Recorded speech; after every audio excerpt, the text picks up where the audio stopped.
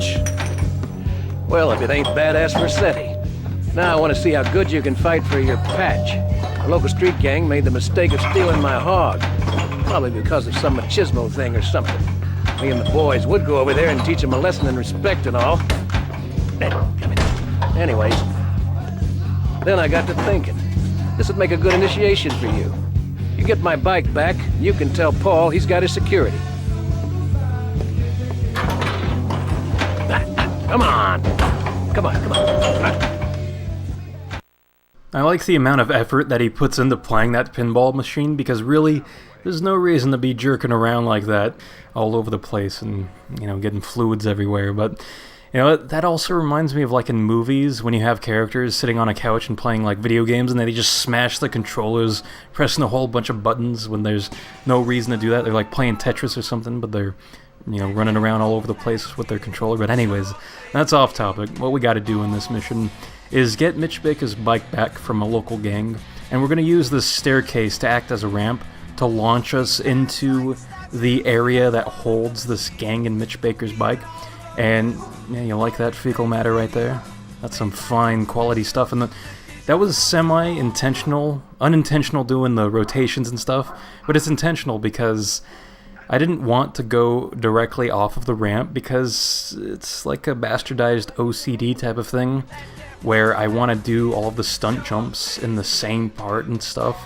So by going off the side, you avoid doing the stunt jump, but if you really don't care about that type of thing, then just go off of it normally. Don't get fancy or cute with it like I did. But anyways, when you're in that facility, then you can get Mitch Baker's bike and use a smaller staircase to jump out of that area. And something I didn't realize is that once you're out of the area, you're going to have gang members chase you down, and I was not expecting that, so that van crashed into me, and I didn't even bother, trying to avoid it, and it just smacked into me, and I was like, oh, goodness dearie me. And then we have these gang members shooting at me. Ooh, it gave me quite a scare. And you see, that's the thing about Vice City, because Tommy loses a good amount of health every time he crashes. It seems like for the tiniest crashes. Of course, in real life, you're going to get fairly damaged from that. But it's a video game, and they're very inconsistent with it, because sometimes you lose 2 health from, tripping over a pebble, but other times you lose, 50 health. So I don't know, that's just something there. But I will say that Mitch Baker as a character, I like a lot. In the last part, he found out a bunch of information about Tommy during the cutscene, or before Tommy came to see Mitch during that cutscene, and I thought that was really cool that he's knowledgeable. He knows some people on the streets who can get him that information, including that who was it, Cougar and Zeppelin fellas that we raced against in the last part. Hey, it's Mitch. You did good, Tommy. It's good to have the old girl back. You tell Kent Paul he'll get his security for the gig. You have my word on that. Now keep yourself out of trouble. The reason why I mention the Cougar and Zeppelin fellas are because they're references to Def Leppard and Led Zeppelin, respectively, so I think that's kind of cool.